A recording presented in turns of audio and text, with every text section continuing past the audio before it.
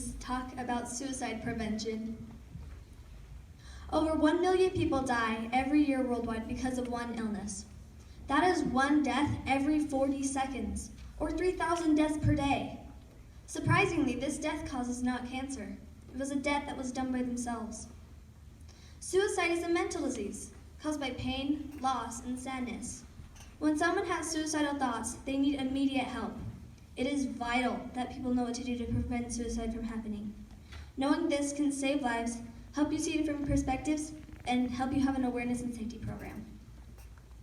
Suicide prevention starts with recognizing the warning signs and taking them seriously. If you think a friend or family member is considering suicide, you might be afraid to bring up the subject. But talking openly about suicidal thoughts and feelings can save a life. Helpguide.org. When you hear that someone is thinking about committing suicide, then the first thing that you think of is, no, that's wrong.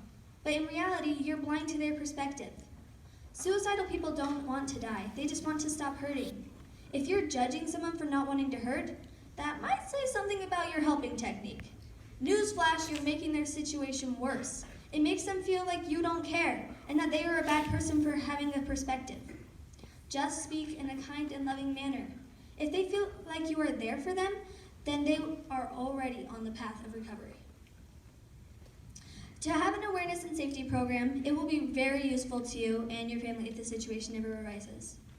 A suicide safety plan should have information about when to use it, lists of ways to feel happy and calm, reasons to live, people to talk to, emergency contacts, how to make your surroundings safe, and a commitment to your plan. Doing so will help you to know what to do if you start having suicidal thoughts. When people say that their loved ones didn't want help, they are trying to cover up their own mistakes, because a study looked at all the information about all the people who got help from mental illnesses.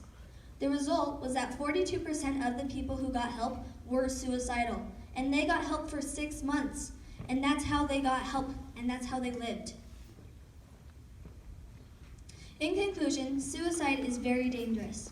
It is our job to help suicidal people and be there for them. If you don't have one already, make a suicide safety plan to be properly prepared.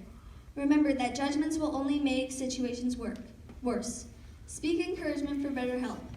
As you can see, suicide is dangerous.